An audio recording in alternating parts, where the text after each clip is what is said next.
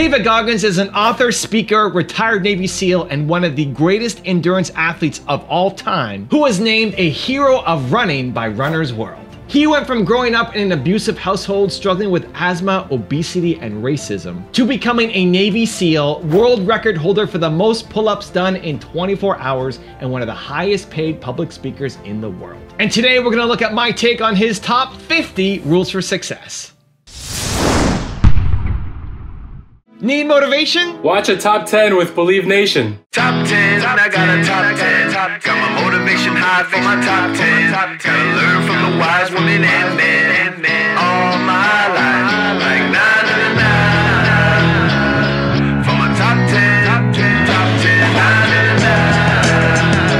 This one's for my top 10. Hey, it's Carmichael, and you are probably the most ambitious person in your circle, but you know you're capable of more, and you get that push by surrounding yourself with the best. So today, let's learn from one of the best, David Goggins, and my take on his top 50 rules for success. Enjoy. Okay, let's kick it off with rule number 1. Put no one above you. I mean, $1,000 a month, 300 pounds, I can't do any of this stuff. Yeah. These people are better than me. Yeah. So the first thing is, that's the first big problem right there. Mm-hmm. First big problem is that you have put a lot of people above you. Yeah. Put no one above you. Yeah. No one. Whatever you, but if you believe in something. Say that again, because that's, but the man, the people that make more money, the people that are better looking, the ones that are on social media and they're so good at this. I put God above me. Besides that, there's no one better than me. Got it. You have to become an equal. Yeah. So this is how I look at it. If you're playing, and I talked about it at your conference, if you're playing Roger Federer, yeah, okay, before you get on the court with Roger Federer, he's the best of all time. Yeah. But you're also a professional tennis player, man. Yep. You're forgetting your own resume. Yep. So once you get on the court, let's say it's a grand slam. Mm-hmm. It's 5 sets, hopefully, if you can go the distance with this guy. Yep. But before you even bounce the ball to serve it, you're down 2 sets. Because why? You look across and you're playing Roger Federer. Yeah. But guess what? You hit a good shot on Roger Federer in the 3rd set. And you realize, I can play with this, but it's too late. Yeah. You gave up 2 sets before you got on the court. You gotta stop giving up 2 sets before the game begins. And we do that already. We give up 2 sets before the game begins. Rule number 2, overcome adversity. My dad really helped create this. I'm not giving him credit. Yeah. Like, oh, he was a great dad, like clap my hands for his ass. He helped create this because he was just that, he was a devil. You know, he was a guy that had to be very insecure, very beat down. Something had to happen to him when he was younger. Because the way he treated me, my brother, my mom was just horrible. So he would beat us, my mom, my brother, me. And I'm not talking about like, oh, you got in trouble, so let me give you a whipping. When he was a drunk. Okay. So whenever he woke up, man, he woke up drinking, went to bed drinking. And that's just how it was. And when he get drunk, he just got violent. So my mom caught my dad cheating. We got home about 4 o'clock in the morning. So I'm about 7, 8 years old.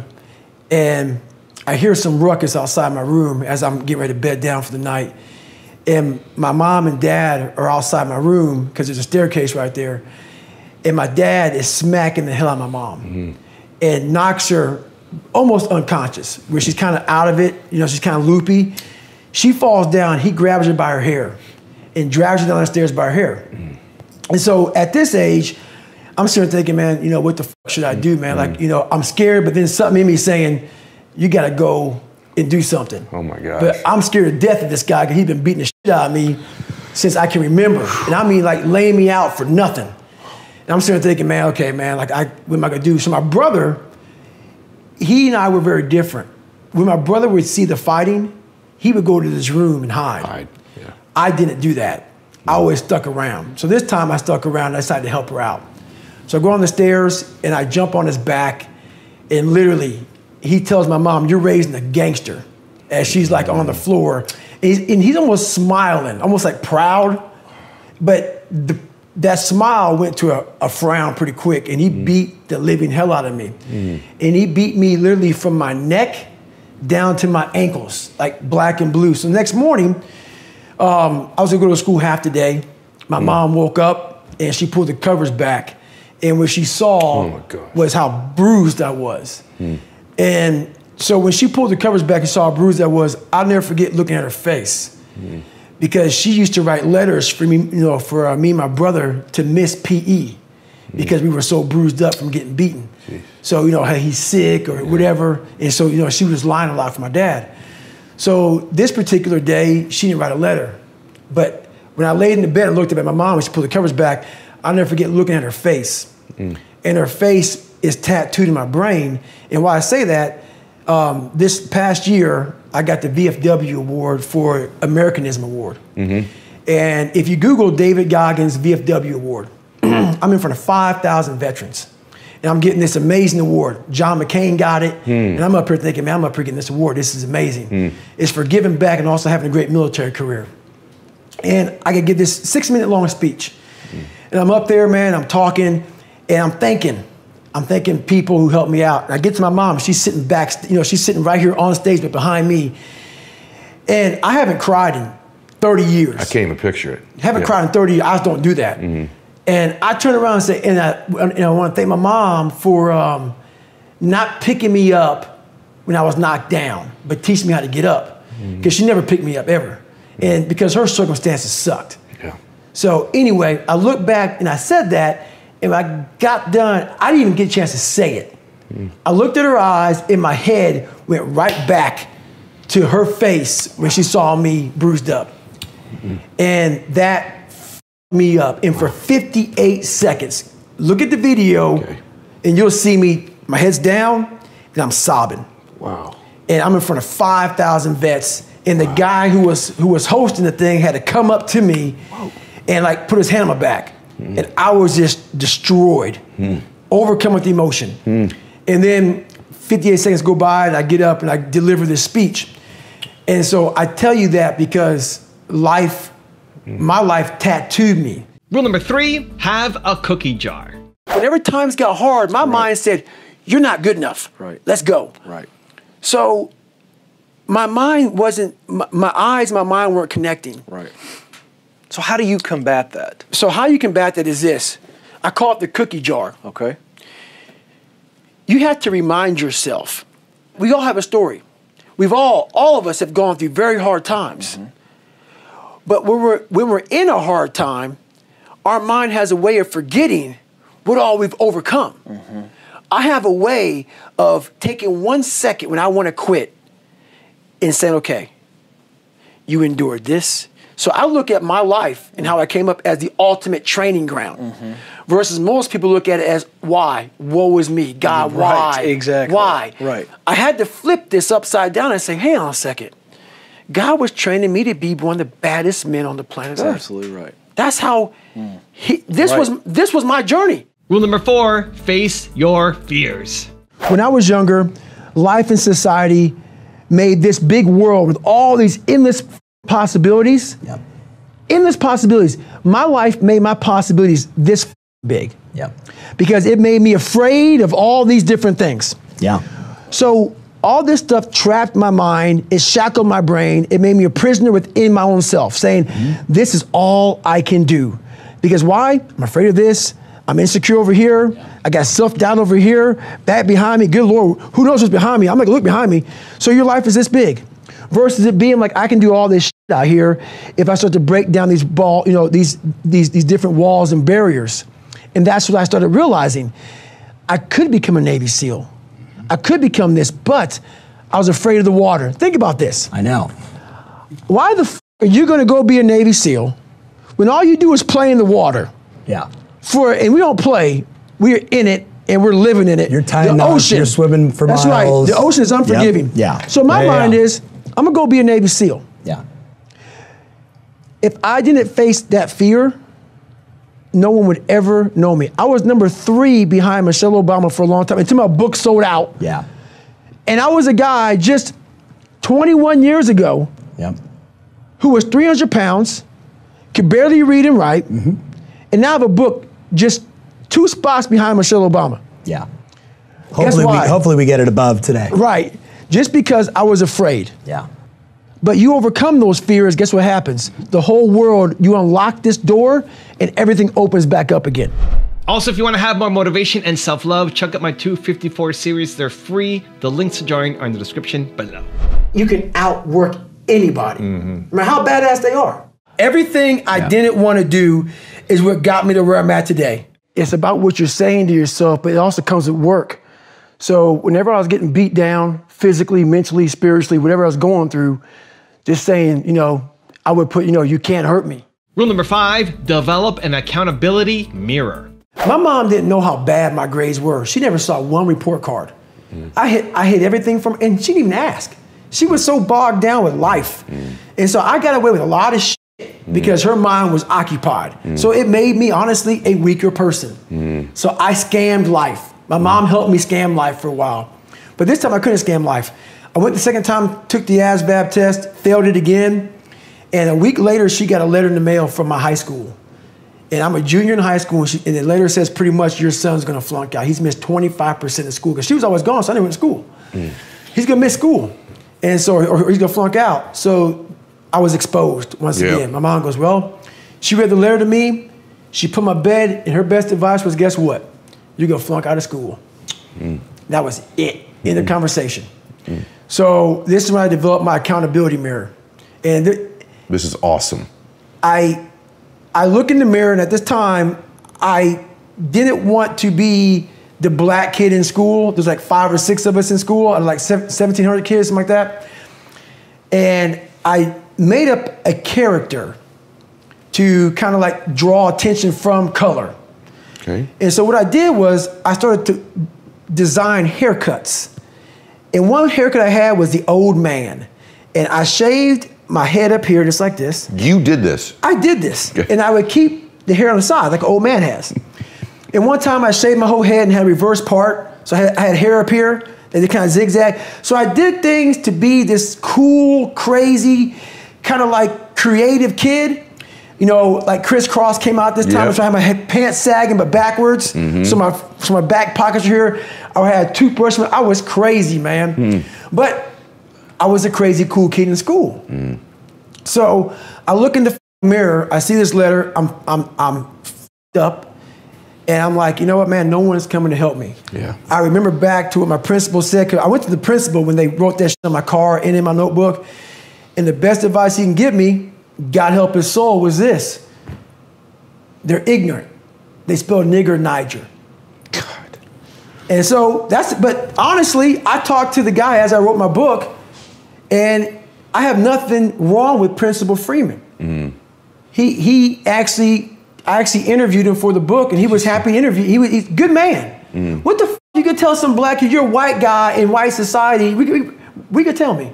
You could shut down the school and have a damn. So I started talking to myself this way in this mirror.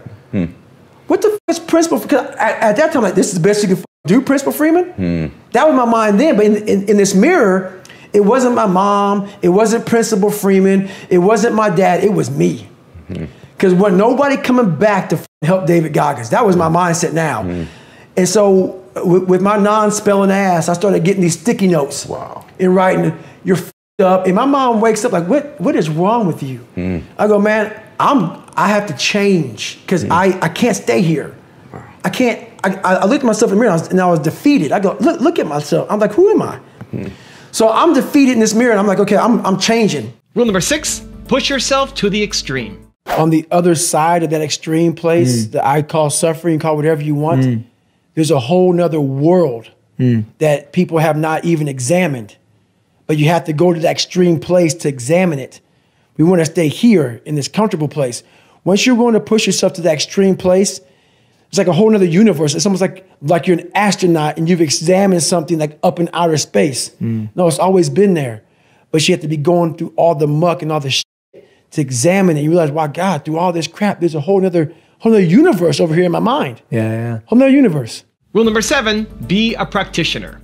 We have a theorist and we have a practitioner. The theorist is a person that's gonna sit back and read books from a library that somebody else wrote. They become real smart about what someone else wrote, okay? A practitioner is me. I put myself in hell, lived in it, for a long time and figured out how the human mind works while suffering, while in pain, while in misery. Yes. And that's how I wrote my book. Yeah. I'm gonna tell you exactly what your mind is thinking. Most of us don't stay in hell long enough to write the book. Yeah.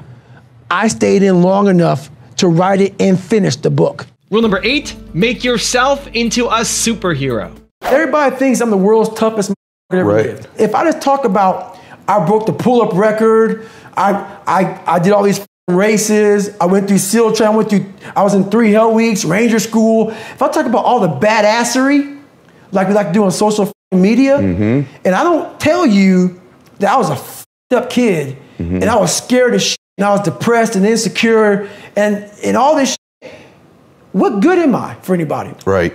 I'm a superhero, but I'm a liar.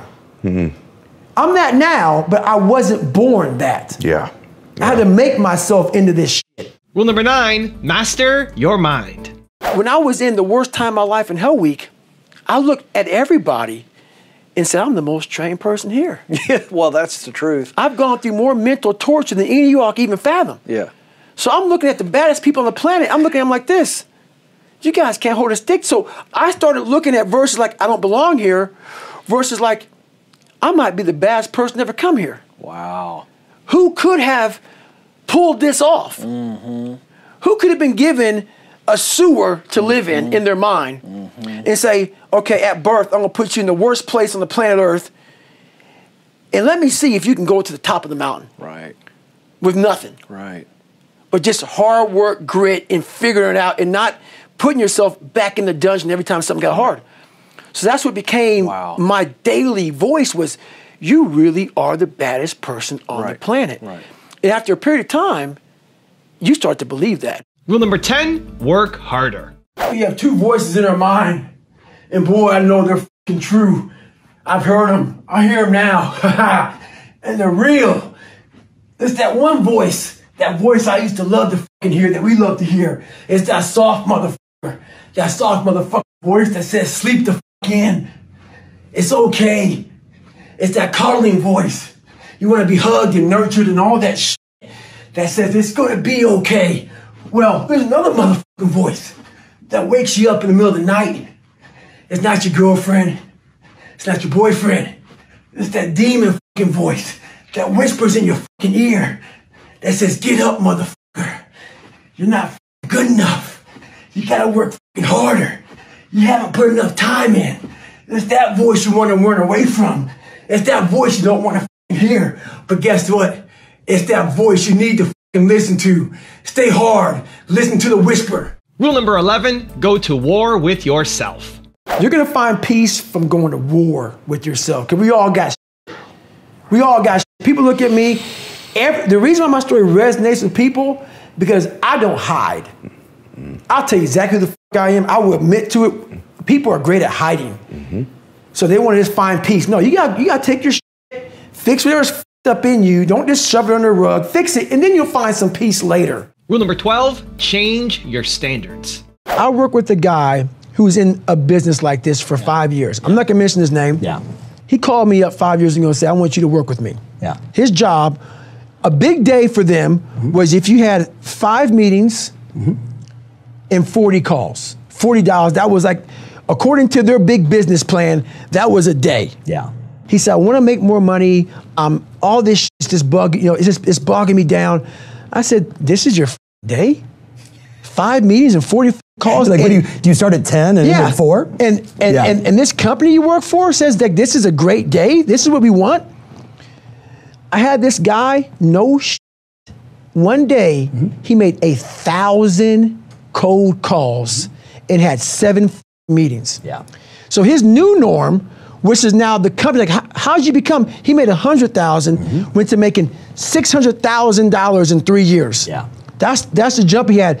Just because his mindset changed, because the company put this label. This is what is a good day. A good day is 40 calls, 5 meetings. I said, that's a bullshit day because you're comparing yourself with mediocre people. Bingo. Bingo. Do not run with mediocre people. I'm going to tell you how to beat these mediocre people. This is your new 300 dials and 8 meetings. Yeah. And his whole world changed. Rule number 13, find your why. How do we learn from you and the SEALs to handle our pain? When we're in the midst of pain, because it hurts. And it hurts physically sometimes, obviously, and then some of us are dealing with emotional pain. What do we do in those moments when we're feeling the most pain and we're going, I cannot go one more second? So this is the thing.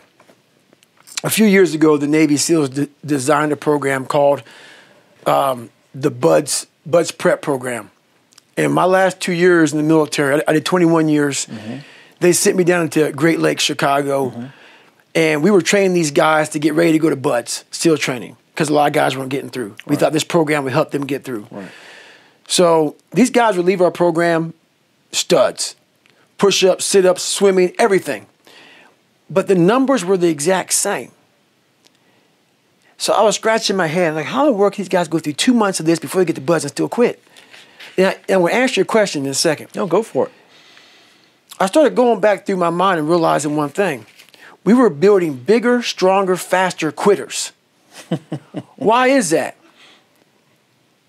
If you don't work on the one thing, the most powerful weapon in the world is your mind. Yeah. So the answer to your question is this. Whether it be physical pain or mental pain, we all have to start from zero with pain. And what that means is, if you don't go back, we all have something that bothers us. Everybody in this world is insecure about something. That's right. Something in life, whether it be your family, your mom, your dad, your brother, your sister, your wife, your husband, your kids, something has messed you up. And whenever you're in physical pain, even though you might not be thinking about that mental stuff that happened to you, your mind is thinking about it. All these dungeons that we've created, all these trap doors that our life has created. Most of the time we quit is because we don't have any mental tools to get us through the other side. So my whole thing for people is you have to examine, why are you doing it in the first place? What makes people quit so much in SEAL training and in all other special ops training is the mind. It's always comfortable to sit there, you're watching the Navy SEAL show, Discovery Channel, you're in a 72-degree house. Oh, yeah. You have your lemonade, your milkshake, whatever. You're like, I can do that. Oh, sure. You're comfortable. Although I'll say this, I never say that. Well, some people do. Yeah. A lot of folks think, because it feels very comfortable in that comfortable environment. Oh, totally, absolutely. The second you get out there in that environment where it's 40 degrees, like in my third hell week, we had a guy die of pulmonary edema. Died out there in my third hell week. Oh, no. You have to really want whatever you're going for. Yeah. If not, all these questions that come up, like you said, how do you go one more step further? Yeah. Your mind's going to ask you all these questions. How can you go one more step further? If you don't have the answers to that, and I can't give them to you. Yeah, that's right. You have to know, why am I here? For me, when I was going through SEAL training, I was willing to die. So all these negative questions that kept on coming up in my head, I had the answer for them. It's those people that don't have the answer for those negative questions. Right. And if you can't answer those questions, you will quit. Rule number 14, use the 40% rule. When your mind, this is this whole 40% rule I talk about all the time, that I made up a long time ago. I started making it up through pain. Tell them what that is. Where'd you go? So basically, the 40% rule is, I am a strong believer that we quit. Because why? How the f does a 297-pound cockroach guy who quit on everything is now considered one of the baddest men on the planet? How is that possible? It means I had to change one thing, my mindset. So there's no way in hell that was in, but that guy was in me. When that guy came down here and said, hey, guess what, man? You're a fat ass, but I'm gonna now make you a badass. I'm gonna miracle this to be a badass. No, it was in me. I had to believe and make that belief work. And through hard work, I did that. So the 40% rule is like, we have like a car. Some cars have a governor on it. And when you get to like 92 miles an hour, that car start doing this because it can't go any faster. Those cars that don't have governors on, like a fast ass, whatever, Porsche or whatever, I'm gonna bury it, gone. We have that ability in us, but we have put this governor on our minds. And you have to, the factory that put the governor on that car, the factory is now you. that put that shit on your mind. You gotta take that off. Until you take it off, you're gonna constantly get to 92 miles an hour and do this. Because you ain't gonna go no faster. As a matter of fact, you might even go slower. So basically, I started realizing this through my life, through going through all these times. Rule number 15, change your body language. So I worked with a few pitchers. I won't name their names, big name pitchers. And I studied them for a long time. Man, I want to be better, man. I want to be better. I want to be better. So I got film on them. I studied them. I'm like, okay, what is wrong? That's it. I saw it. Whenever something bad would happen on the mound, that's the first thing they would do. Totally. The head drops, shoulders roll forward, they look down. That sends a direct message to your brain that I failed. I am a failure. That starts the downward spiral to being a failure. On that mound, you can't ever recover. It's that, so I started teaching this. It's that person who, you throw a bad pitch, you get the ball back, your chin is not high, because that shows that you're way too proud. Your chin stays here. Your shoulders stay nice and level. Your feet firmly on the ground. Your hands planted like I'm ready to beat somebody's ass, and I'm ready for battle. It tells your mind, wow, maybe we didn't f up that bad. We're still in the fight. So that's the one thing I always do is like, even if I f up, keep your body positioned like you're still a warrior. 100%. Like you're still fighting. If you get 100 bad calls in a row. Hello, I'm David Goggins. How you doing today? Okay, wrong one. Don't start getting poopy pants and getting upset with yourself. No, it's a mentality, and your body language has a direct thing to your brain and how it functions. Rule number 16, have a mantra. What's your daily meditation or mantra or repetition to yourself? Every day I tell myself, I used to believe I was the weakest man that God ever created. So now I believe that I'm the hardest human being that God ever made. I don't care if it's true or not. It's the most important conversation to me. It's the thing that drives me every day.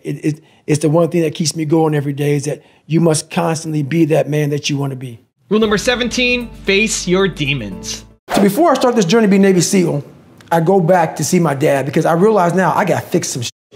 I'm blaming everything. I got to go back. You know how a lot of times you're like, if you're a runner, your right knee may hurt, but it's not your right knee that hurts, it's really your left hip. But we're concentrating on the right knee. I'm concentrating on all my shit. But I need to go back to the root of the problem, which is my dad. I got to face the demon. I got to go back and see what made him so f***ed up to make me so f***ed up. Why am I f***ed up? So I go back and I go back in as an older man now. I'm in my 20s. I'm not a kid anymore. And I want to see this man and face him as a grown man, but still as a kid in my head. I was still a kid, but I was a grown man as my age. I went back and I realized he was the same man that he was. Still the same. Still the same. And I talked to him. He was still nuts. And but I had to go back and face that one more time, but to face it in a different way. How'd you do it different? I looked at him in a way, we never said sorry to one another. And he went off about my mom and my grandparents and all kind of shit. But I looked at him in a way that I realize now why you f***ed us up. I had to almost be him to realize it's okay, brother. It's okay, because I realized that somewhere in your life, something f***ed you up. And you didn't deal with it. And so you put that shit on me, my mom, and everybody around you. I'm gonna deal with my shit. Wow. So even though you gave me all this shit, you gave me a satchel of shit that I didn't deserve, and now I'm all f***ed up, and people think I'm a liar and I'm all f***ed up. You gave me this. You created this nightmare of Goggins. I'm gonna fix it though. Rule number 18, be raw. I saw these Navy SEALs before I became one. My God, they're better than me. They're better than me. I gave up 100 sets. And I had to work up to realize these are human beings.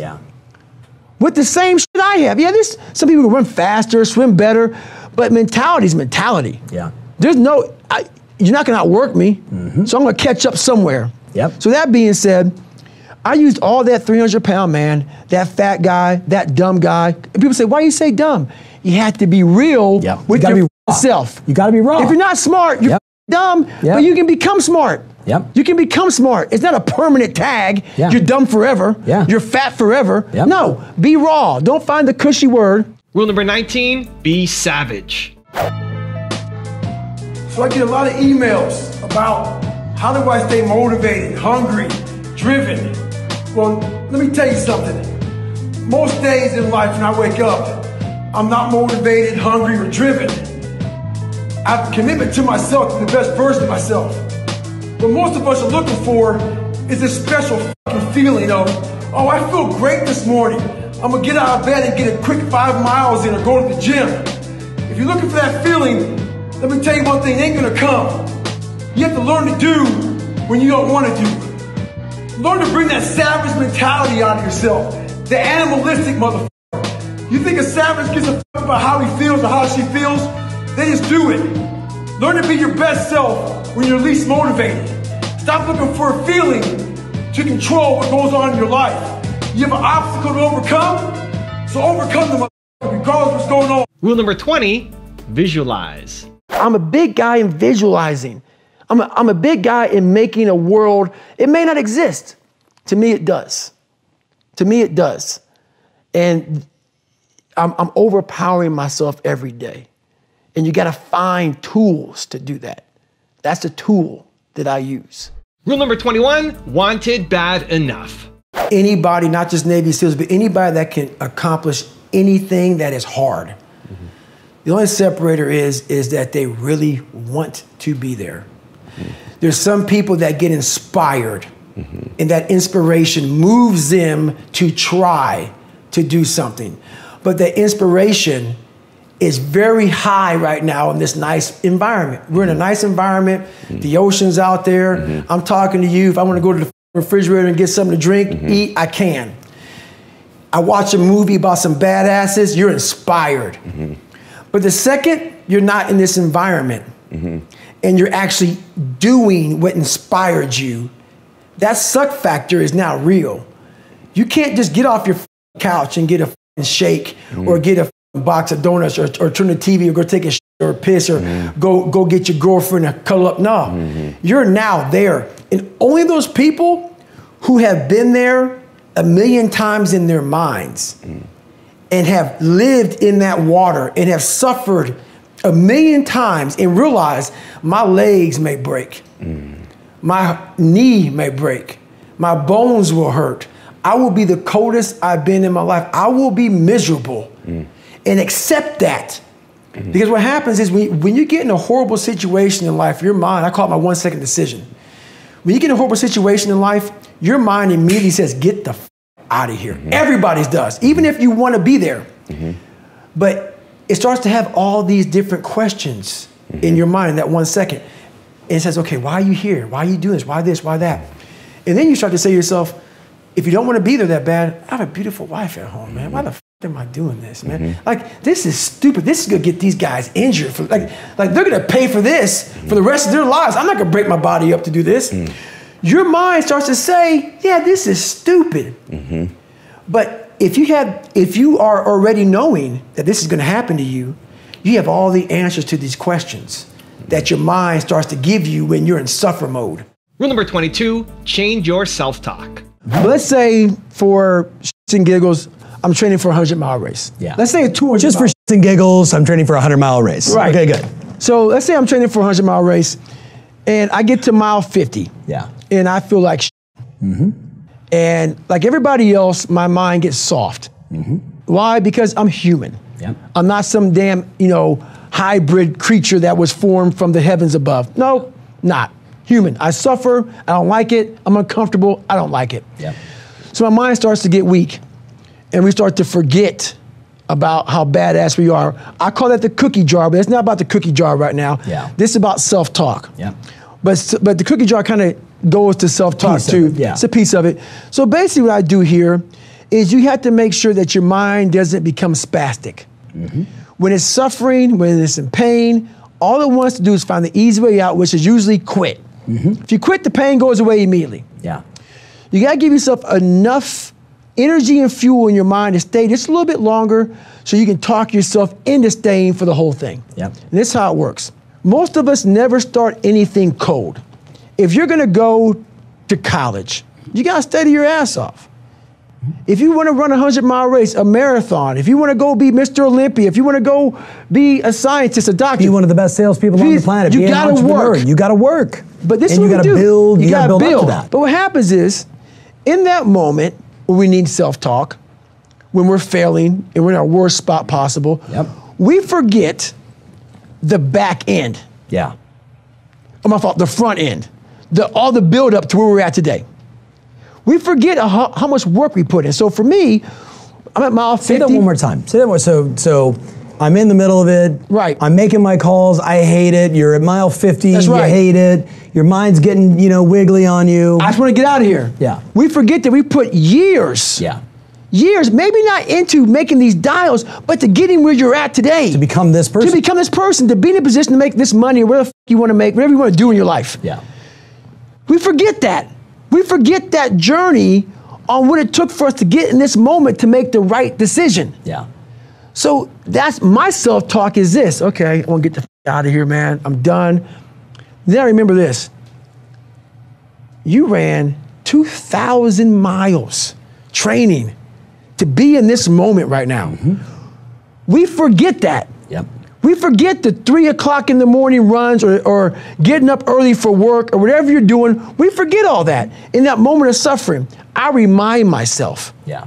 I only have 50 more miles. I put in 6 months of training. You did 67,000 pull-ups. 67,000 pull-ups, that's right. 4,030, right? Exactly. Like, this is no big deal. We forget all of that. Yeah. So what I do, my self-talk, is basically going back down memory lane. Yeah. Of all those f***ed up days, I ran the rain, or I had to study real late at night, and I didn't want to do it, but I did it to get here. Yeah. That's the hook. That is the hook. That's the hook. I wanted to get here. Yeah. Now you're here, and now you want to quit? Yeah. So you gotta remind yourself, but this thing about it, if you haven't put in any hard work to reflect on, you're f***ed. Yeah. So there is no self. Because you got nothing to pull back on. It's just a lie. Nothing to say, hey, you've done this before. That's right. Or you've done something like this before. Right. All this like people want to be all positive, all this positive talk, it doesn't work if it's a lie. Like if you didn't study for your big exam and you go into it saying, I'm gonna pass it, no, you're not. Yeah. You're gonna fail it. Yeah. That self-talk is not gonna work. Self-talk without real work is just a lie. Yeah. So my self-talk is me reminiscing back on the struggle to get to this moment. Yeah. And that tells me we're not quitting today. Yeah. Not today. Rule number 23, find your motivation.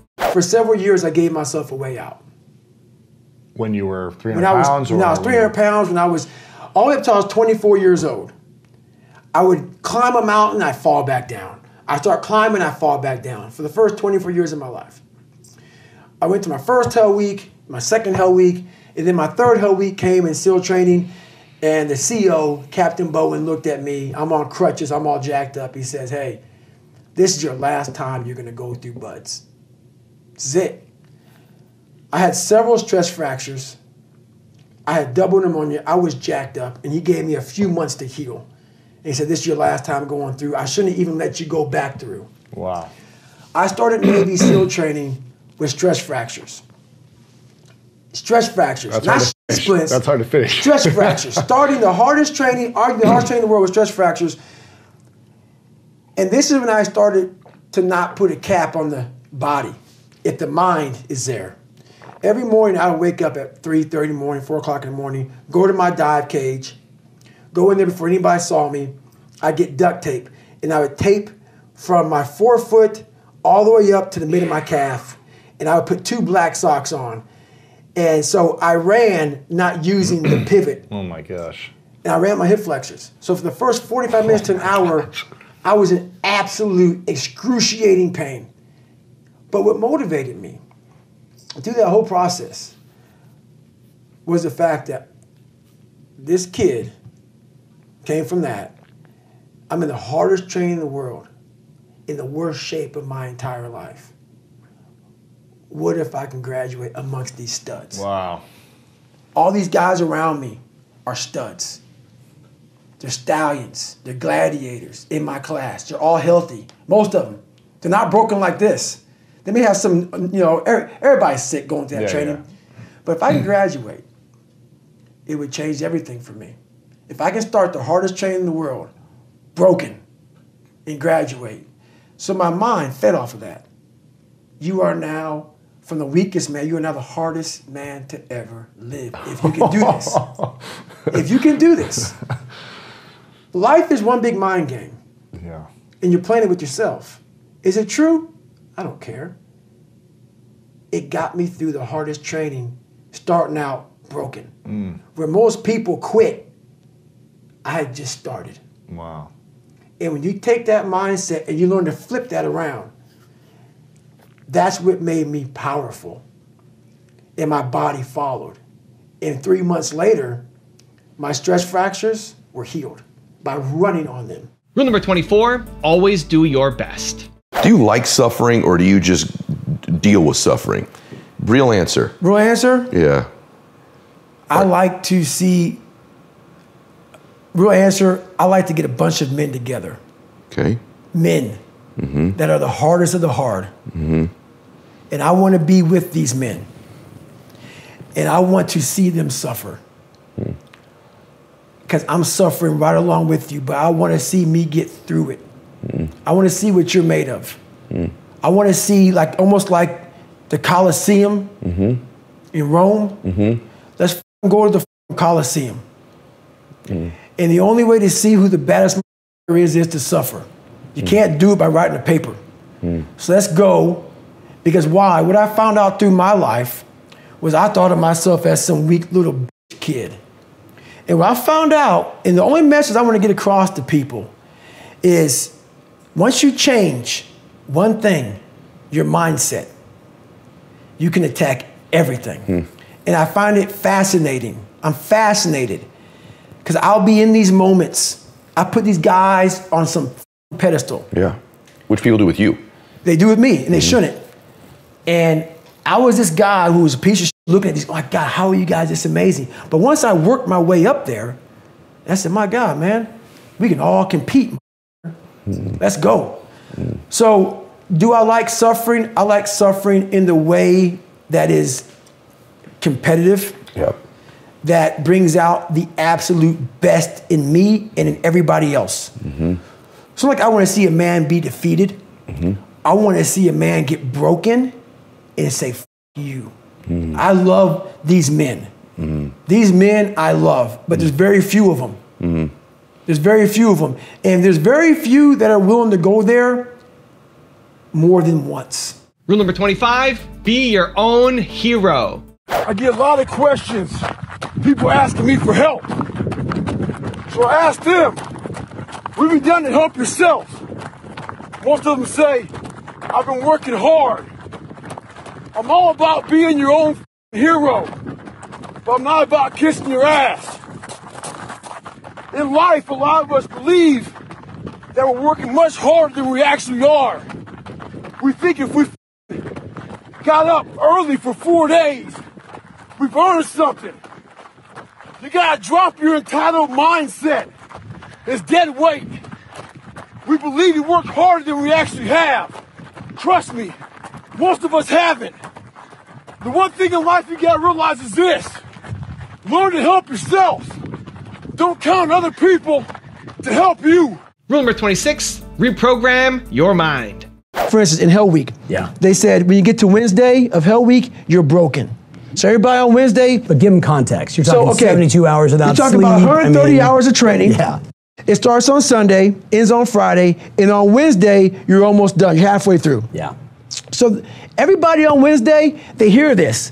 Because everybody says Wednesday is like, man, you're so tired, you're done. So that becomes your new norm.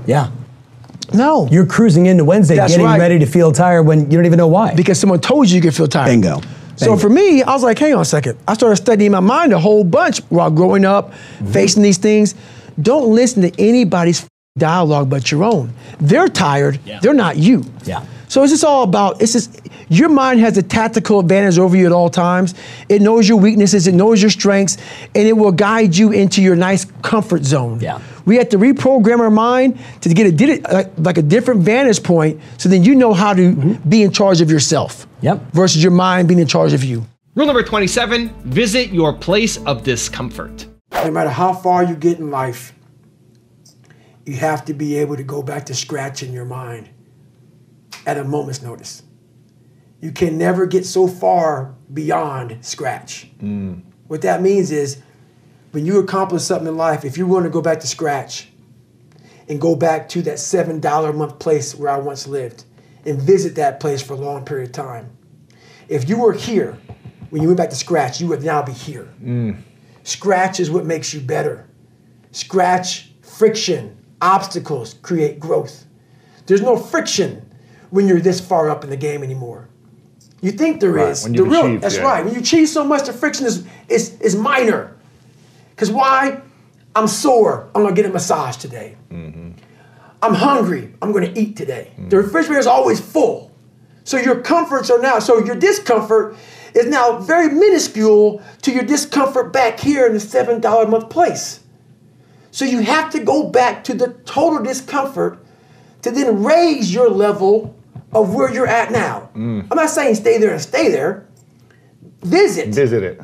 And then you raise your level. Take a day trip. That's right. Yeah. Always take day trips. Yeah. Rule number 28, love the challenges. Who I was this nobody guy.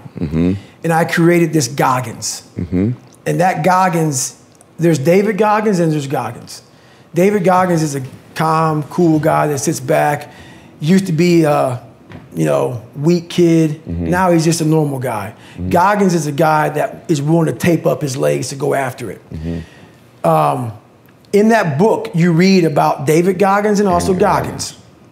What I realized in my life is that Goggins is who I love. Goggins is who I created. My dad created David Goggins. I created Goggins. So what's happened with me, and since Can't Hurt Me came out, and since I got on social media, which is why I don't like social media, which is why I'm not on there very much, which is why I give people one time, I have to do me. I have to do me. So people get it twisted, man. I am who I am. What's in that book is me. So now what they see is this guy who's trying to get people to get off their ass. That just happened to happen, man. I didn't set out. When I set out to be a SEAL and set out to go to Ranger School and all this other shit I did and break records, I didn't set out to please. Right. I didn't set out to say, hey, pay me now. I got a great story. That. And I realize now that my life has kind of gotten to a point where people know me, I have followers and whatnot. The biggest depression of my life is you get caught up into helping so many people out, and it's great, and I love that, but you lose yourself in all of that shit. Truth. It literally, and people go, man, but my God, like you're changing. I get all that shit, man. But what the f is motivating you in that book? What's motivating you is the stories I'm telling you about what I did in my life. Once I stop living that, I'm no more. Yes. I am not the that you are now being motivated from. So right now in the mirror, I now got back to Goggins. I'm now back to running 100 miles a week. I'm now back to getting the. I saw and I talk to my girl about all the time. You travel, you speak, you all this shit. It's all great and dandy for most people. I'm Goggins. What makes me is the dungeon. And yeah, and people are, well, oh my God, like they're gonna hear this, my God, you don't have any peace in your life. Don't get it twisted. Weak people who hear me get all poopy pants about how I talk. So be it. What changed me was I had to be hard on myself. And I have to continue to grind myself into a fine dust. Period. That's where I feel good. I accomplished something. If things come easy, it's not fun. I must fail at something repeatedly. It has to haunt me. And then once I complete it, I feel like I accomplished something. I don't want to set out and say, oh, there's an A. We're good. It's stupid. No, I want to turn it in 1,000,000 times and say you fail. You fail. And I said, okay, roger that. And sit there and analyze what I'm doing wrong. Go to these places that people don't go to anymore because all this social media shit and everything's computerized. I want to go to that dark place in my mind and say, okay, how are we going to get this done? Rule number 29, visualize. We live in a world that's so busy and so active and moving so fast. Right now, I am sitting with Tom Ferry. My mind is sitting with Tom Ferry. It's not talking to Tom Ferry while thinking about, my God, I got to order some more books. I'm sold out of here. I'm doing this, I'm doing that. That's the first thing about visualization. You must make sure to silence out all the bullshit of life, which is very hard to do. It is very hard. Because your visual picture must be clear as shit. It has to be clear. It can't be like kind of in and out, like a fuzzy TV. You got to see it. It has to become real. You got to take a snapshot of it 1,000,000 times, put in the bank. That snapshot of me was getting that 4,021 pull-up knocked out because the record was 4,020. I visualized that over and over and over again. I visualized what I was going to say because the guy's name was Stephen Highland. I was thinking like what you were going to say to him. What I was going to say to him on video when I finally got his ass. So I visualized success. But then I went through, that's the fun part. I have to do 4,020 pull-ups to get to that 4,021 pull-up. I know now, because it took me 3 chances to get it. All those failures, they were great for me to examine where I was f***ing up at along the way. So I take all that and I put in the bank as far as visualization. Okay, when I get to 2,500 pull-ups, my hands start to rip. Okay, I get ready for that. So I started visualizing, how am I gonna handle the pain? Okay, then you start visualizing, okay, my nutrition was off. You start visualizing all these things because you have to mimic it 1,000,000 times, but I can't mimic 4,020 pull-ups by doing it. But you can see all the milestones where you failed. That's right. And see yourself going beyond it. That's right. So that was my big thing about, I had to walk in, get the chalk, I had to see everything over and over and over again. And when I realized I had to keep that visual, that picture in my head for 17 hours. It took me 17 hours to break that record. So for 17 hours, while I used to be loud everywhere I went, I put these headphones in. And I never listened to music, but I listened to one song, Going the Distance, you know, for 17 hours. It's 2 minutes and 13 seconds. For 17 hours, I had that in. That's a lot of Rocky. A lot of Rocky. And I just went here. And so I was able to visualize every rep. So I visualized my hand placement, making sure that felt right before I got going. I didn't ignore all the little pains. My hands got sweaty. Okay, that means I was aware of everything. That means my hand's about to rip. It's getting sweaty. Wipe it off. Be aware. Everything. I was totally in the moment because of how I visualized everything. Rule number 30, don't lose perspective. I have a good living now, for me, where I'm at in my life. I was out on a fire in Colorado, and we were digging fire line on this, like 50%, like it was like on the side of a daggone mountain. And we're trying to keep the fire from moving, and we're digging this fire line 14 inches, or my fault, 18 inches wide, 3 miles long. 12 of us digging. And it is the hardest work. You make $12 an hour. Okay? Nothing. You set up your shop. Like, when you're done digging, you just pretty much lay down, you go to sleep, and you get up, you dig some more. Really? This happens for 2 weeks long. What are you digging? It's like a hole, you're digging a line. So you're trying to get down to a mineral source. So you're trying to get down to the earth. So that if that fire is moving, it can't burn dirt. Really? So you're moving fuels. Got it. So not only are you digging, you're cutting down trees. It's hard work. But the moral of the story is, I'm 43. Don't need to do it at all. This is why I do it. You're making money. I'm making money. I have a good life. I don't need to do it. And everybody asks me why I do it. This is why. This 21-year-old kid was out there, and he wanted a pair of running shoes. That's all he wanted was a pair of running shoes. 60, 70, $100, whatever. You know, easy for us. Running shoes. He looked up at the mountain that we had been on for days digging this fire line. And he said, that'd take me 5 or 6 hours of work to buy those shoes. He said, I'm not gonna buy them. It's the perspective of life. That perspective of life right there, that is the value that we lose. When things start to come so easy in life, it's the perspective that 21-year-old had. He looked up at that mountain and thought, he looked at his hands, he looked at the amount of hours of pulling that Pulaski, that tool, and raking that ground, and then cutting those trees and moving them, and that hours of work. He looked at his feet and said, these old shoes would do.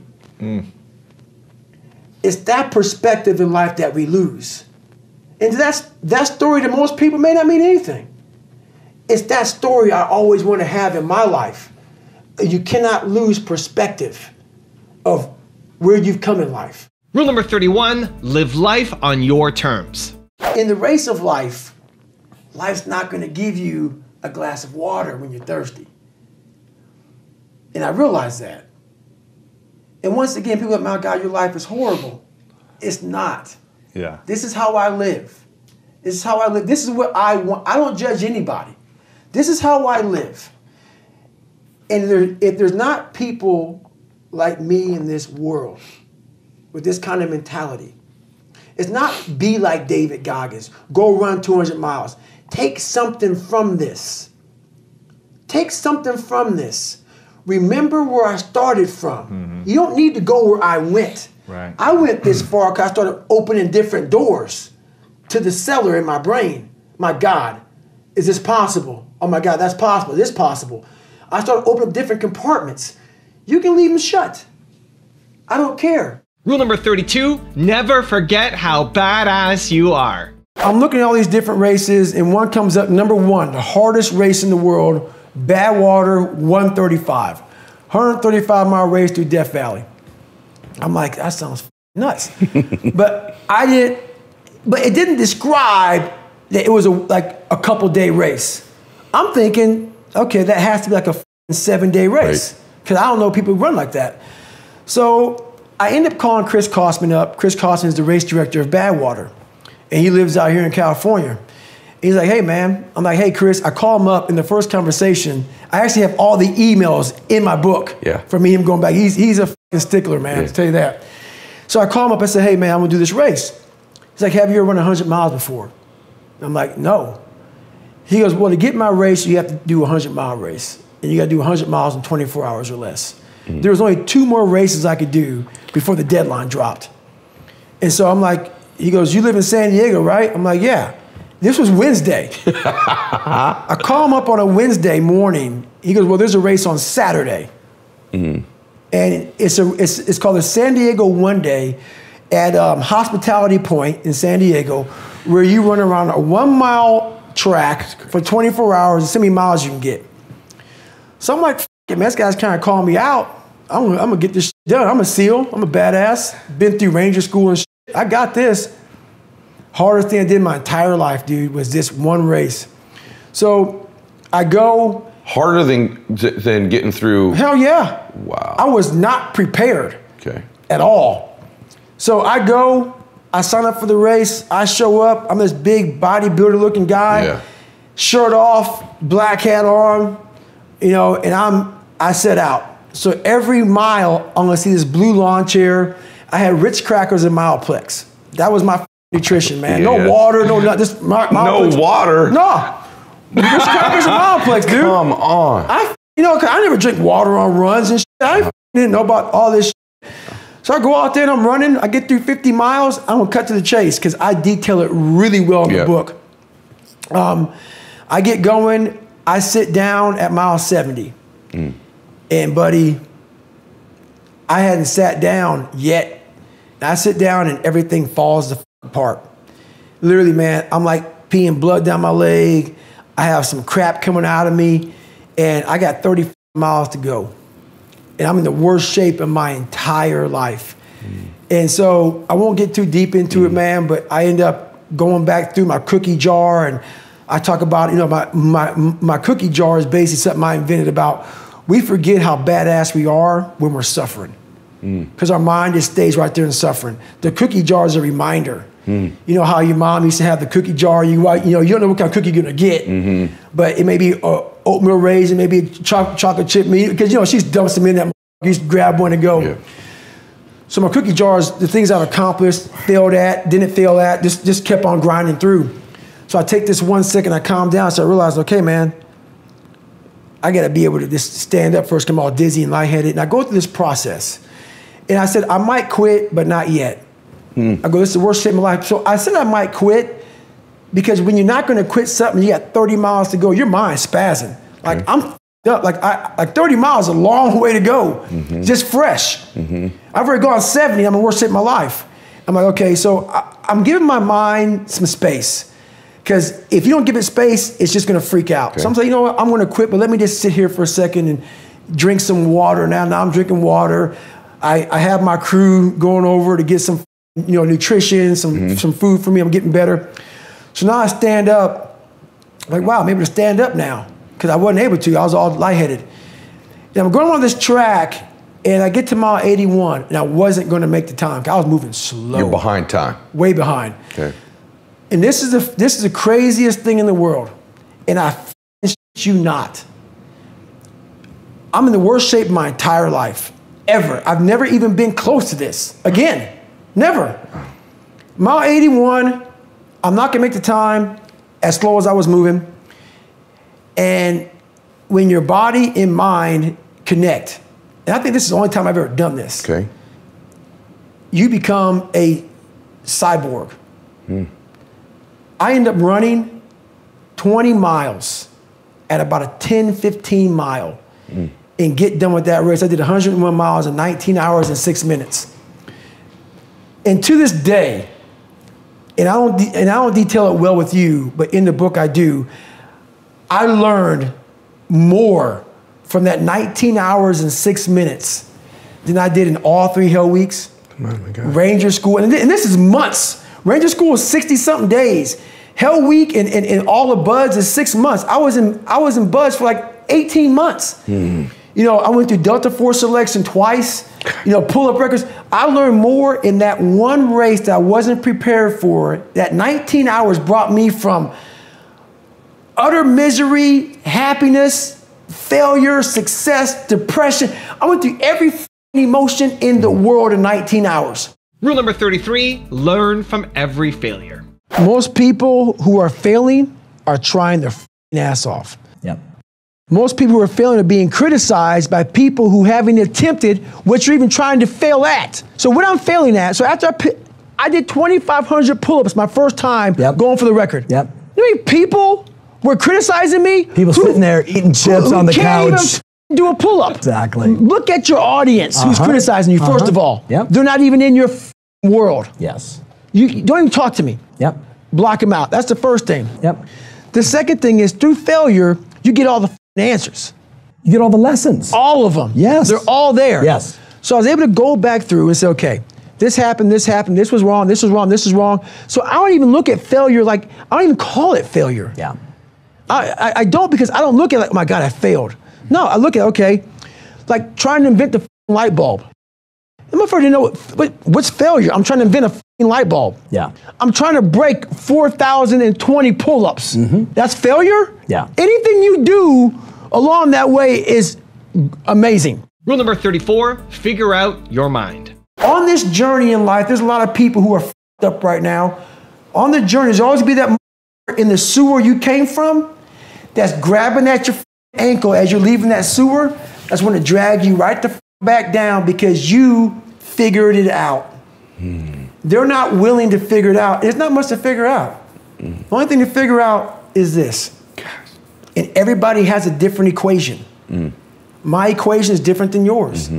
My equation was very different than most people's. Rule number 35, practice what you preach. I have to live what I say. So when you come up from a world of used to lie a lot, and my big thing is facing all this crap, I cannot tell you something I have not done. Right. Because why? When you start to formulate this character, this code of ethic, this ethos that you live, not anybody else, it's your own. I cannot tell you something that I haven't done. Why? Because it will haunt me. You are now drinking the Kool-Aid. A lot of people write books on self-help, mental toughness, all this crap. Half of them are living up to that standard. half of them are living up to that standard. You have to be able to practice what you preach. It has to be what you are. That's why when people say, my God, when you speak on stuff, it's so passionate. Because you're making me relive my life. It's not a comfortable life. This life was made. This life was earned. And if people like it, great. If not, so be it. Rule number 36, get back up repeatedly. I learned to visualize in my life by watching Rocky. And mainly Rocky 1. I love them all. But like the Rocky 3, running on the beach scene, all that. But Rocky 1, 14th round at least 1,000 times. What about you? No shit. At least 20,000 times. Why is that? Yes. I've dissected that 2 minutes and some seconds, 2 minutes and 13, 14, 15 seconds, at least 20,000 times. When I did the pull-up record, and I finally broke it. Took you 3 times. Yep, did 4,030 in 17 hours. I listened to one song for 17 hours, and it was going the distance. 2 minutes and 13 something, 14 seconds. On a loop. On a loop. But first, this guy named Nandor, he kept playing out loud for everybody. And I brought my own little iPad. I don't ever listen to music, but I was failing so many times at this record, I had to go to that place. So I said, you know what, I don't want to bore you all anymore with this same song, because I had a crew of people there filming it, you know, because it had to be documented. So I didn't want them to be there for 17 hours listening to the same song, kind of it bore them. So I put it in my ears, listened the whole time. But I'm going to go a step further. In that round, when Rocky gets knocked down, and Mickey's saying, stay down, and he's getting up, Apollo Creed thinks that he knocked him out. So I have this thing called taking souls, okay? And when you see Apollo Creed turns around, arms in the air, I got him. Do you see when he turns around and he sees, because Apollo Creed knows I was this dude up. He kept coming after me, and I finally knocked him down. When he turns around and looks at Rocky and he says, and watches him get up, and Rocky gets his gloves and motions him to come to him, Apollo puts his head down and just goes like this. It's not so much Rocky getting up, that's big for me.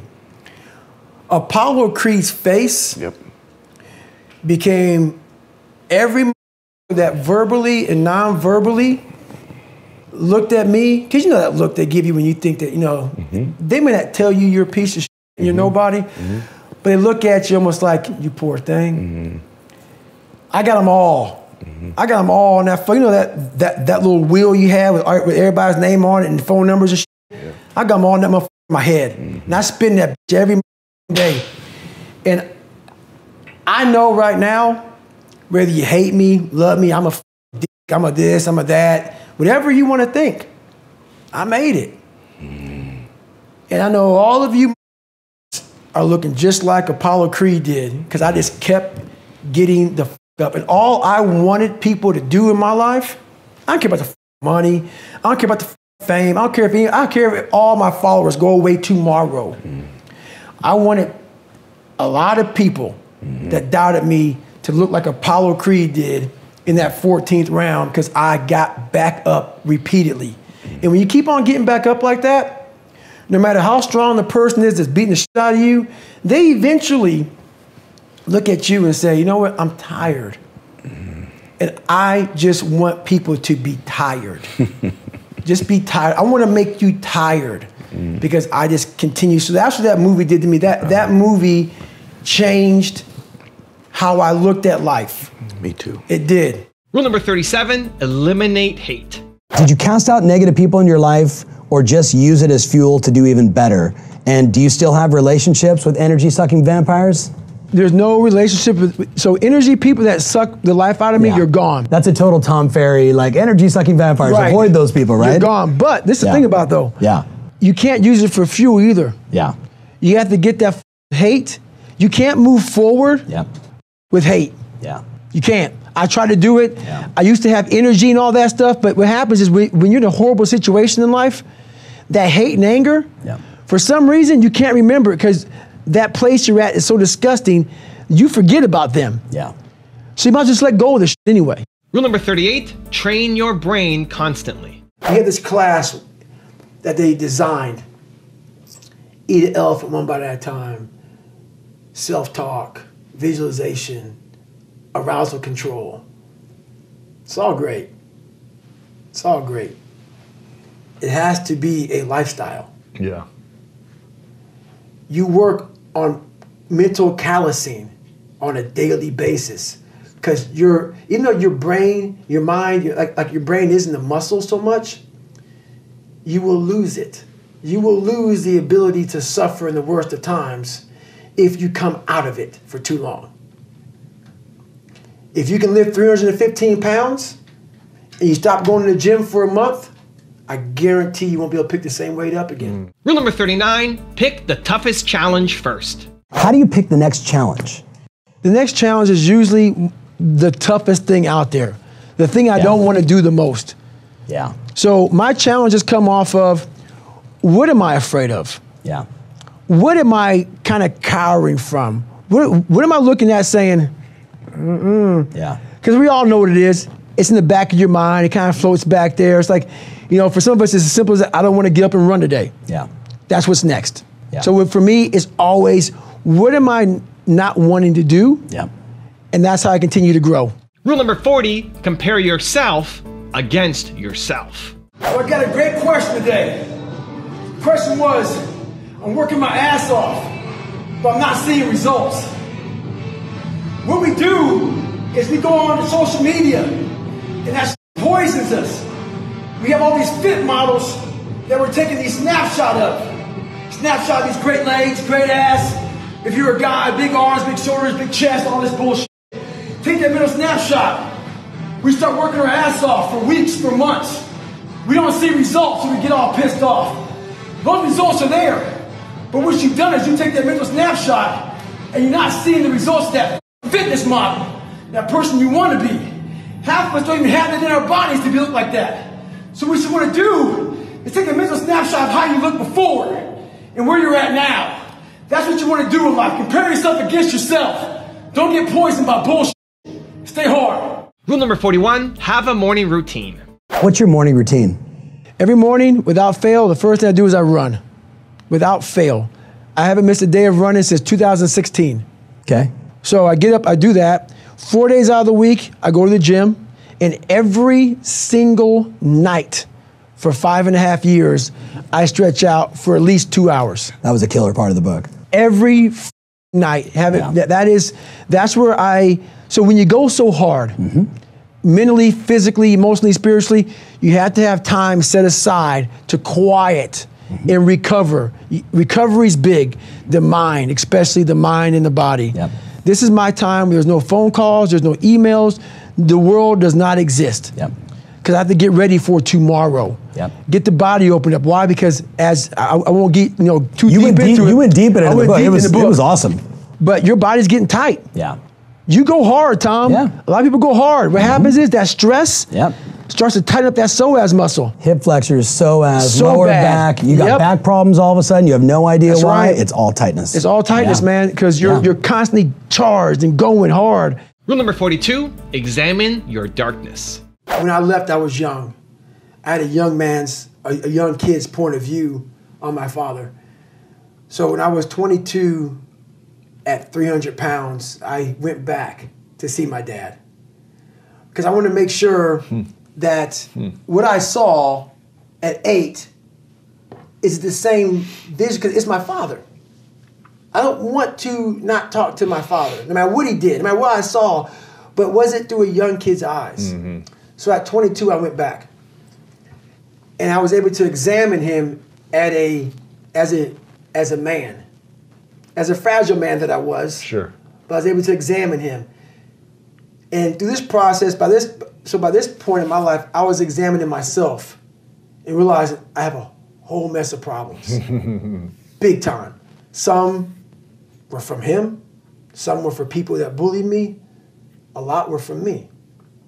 And in knowing how messed up I was able to examine everybody around me. I examined him. And I examined him to know, my God, the insecurities that you must have the problems that you must have inside of you, I don't want to have those. I come from my father. I have what he has. And I didn't want to be him. Why he made fun of me, my brother, why he beat the hell out of me, my brother, and my mom. It comes from a dark place, an insecure, dark place. Why he womanized, why he sold prostitutes, why he ran, all this stuff he did. A good human being doesn't need to do that. A fulfilled human being doesn't need to break anyone down. All they do is want to build you up. So anybody you meet that calls you out of your name, that bullies you, that messes you up, that makes you feel not lifted, they are dealing with something deep-rooted. Yeah, you have to have a tough tone with some people to help them out. There's a difference. You have to be hard. I'm hard on people, but it comes from a good place. Yeah. The biggest lesson he taught me was how not to be. And that's why I had to fix what I was. Because insecurities make everybody around you feel like hell. And that's the one thing I did not want anyone to feel like. That's why I judge no one. Tons of whites have called me nigger. Tons of people have hurt me. I judge no one because I know where it comes from. I know you. I was once you. That's why now the place I'm at, you get a get out of jail free card. You need to help yourself. You ain't bullying me, man. Right, you're fine. I'm good. Whatever you throw at you, I'm good. You're like, I know what's wrong with you because I was once you. Right. So I started to examine people, examine myself, examine my darkness, realizing how I cannot be, but I got it from examining him. Saying I cannot be that. Rule number 43, treat life as an endurance sport. A lot of us are being forced into solitude right now, in our homes, apartments, wherever we live. But we're also being forced into solitude in our own minds. Life is the most brutal endurance sport of all time. And that's what we have to love about it.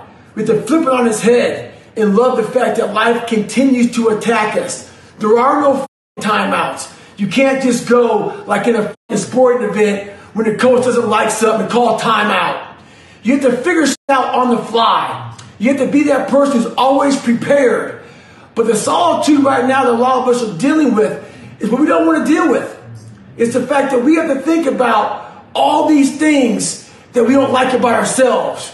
We like to use life as a big escape. That escape is not there anymore. All these distractions that we use, they're no longer there. This is the time right now for you to stop avoiding things. Get that pen and paper out. Look inside yourself. Stop looking at me or other people out here to be the hero of your story. This is time for you right now in all that solitude to get to know who you are as a person. Be alone with yourself. Write that shit down. Start to face these different things in life. Knowing one thing in life, we are all very fragile in this world. We have to know that when we die with some meaning and some purpose in this world. Stay hard. Rule number 44, become your best. In chapter 11, that's the last chapter, right? Right, last chapter. And Adam does a wonderful job, sort of narrating and telling the story. But then you broke into this piece that I had such an even deeper appreciation for you, where you're like, look, man, like this visualization about like one day when we all die, right? So would you mind, I mean, I know it's totally in the book. No, it's fine. But I think it's a great way to wrap this. So let's say this, man. So I don't care what you believe in. I'm not judging you. I believe in God. Yeah. I don't care if you're atheist. I don't give a damn what you are. But for this scenario, yes, let's say that you're God. Yeah. Let's say that you guys, for those of you who read my book, get the audio book or the hardcover, whatever, I used to weigh 300 pounds. Yeah. Yeah. I was 175 in high school and 300 pounds. Yeah. Let's say that I didn't improve myself at all. I die at 75 years old.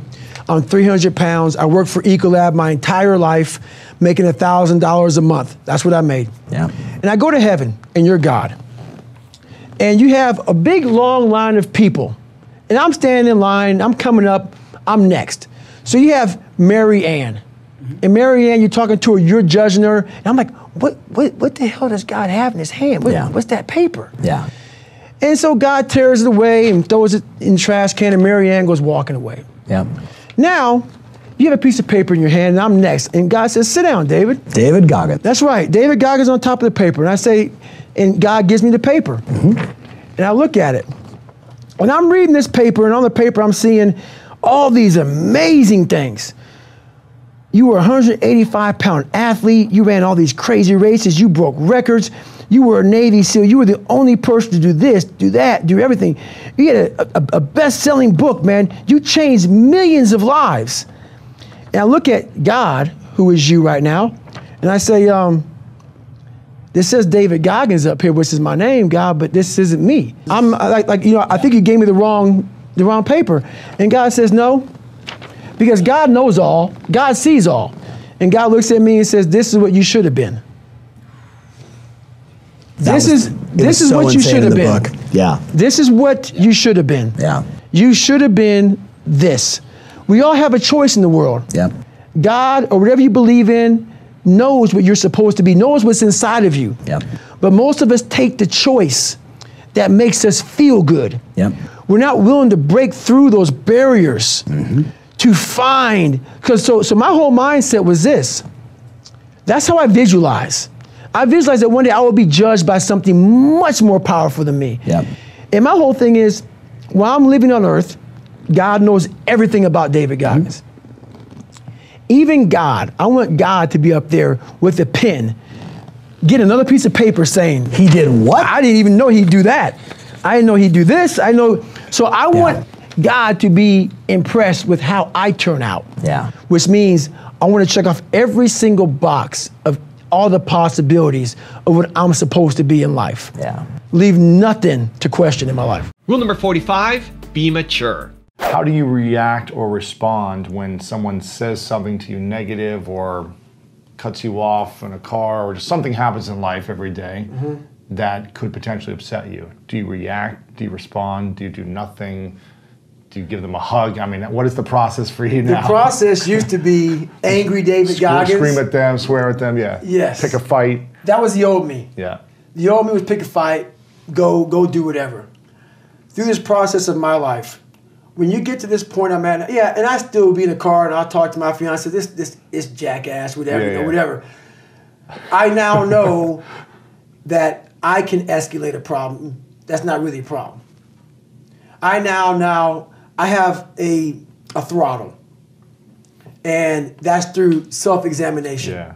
Is this a big deal? Is this something I need to approach with a level 3 engagement of like, we're going at it? Right. Or is this a level 2 engagement?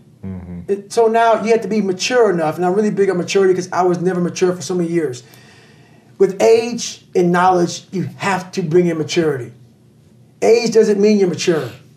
It's going back in and saying, okay, man, look, I'm at a point in my life, what is smart?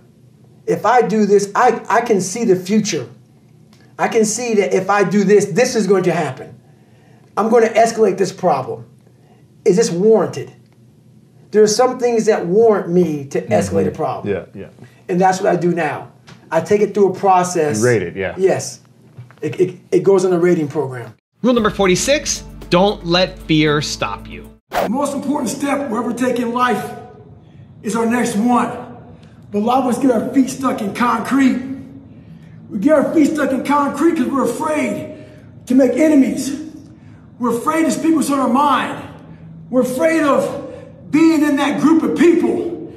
And when you walk away, we're afraid of what they might say behind your back. All that fear clouds your brain, clouds your thinking. One thing in life, you're gonna always have haters. Embrace them. If you can walk on water, trust me, your haters will say you can walk on water because you can't swim. Learn one thing, shut the noise out. Embrace the fact that people don't like you. It means you're doing something right. Stay hard, stay in the fight. Rule number 47, become a savage. If you can dream and not make dreams your master, we all have dreams. I had them when I was younger. So I figured the best place to make those dreams come true are in isolation. So I walked into isolation as David Goggins, but I walked out of isolation as Goggins. When you become a savage is in isolation. When you're training for a big MMA fight or just a boxing match, you don't stay outside of isolation. You go in isolation. And that's when your mind changes. That's when your focus changes. Your dedication changes. Don't use this time to f up your mind.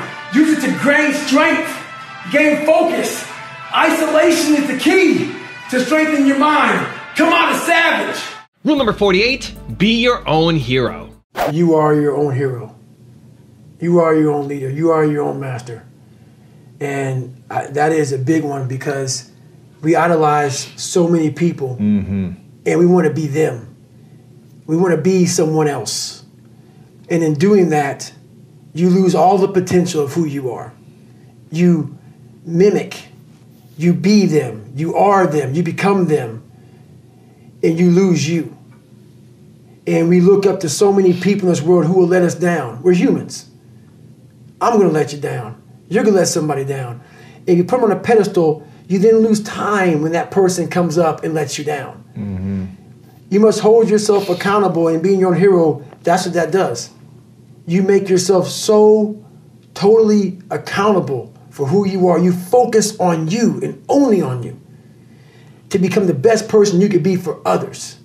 Because we leave a lot on the table, not searching who we are. And then therefore, you die not knowing your greatest potential. Rule number 49, enjoy the pain. So I'm sitting there and I think I'm gonna die. And worst shape of my life.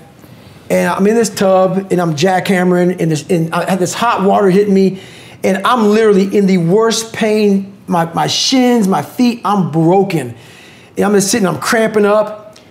And she said, we gotta get you to the doctor.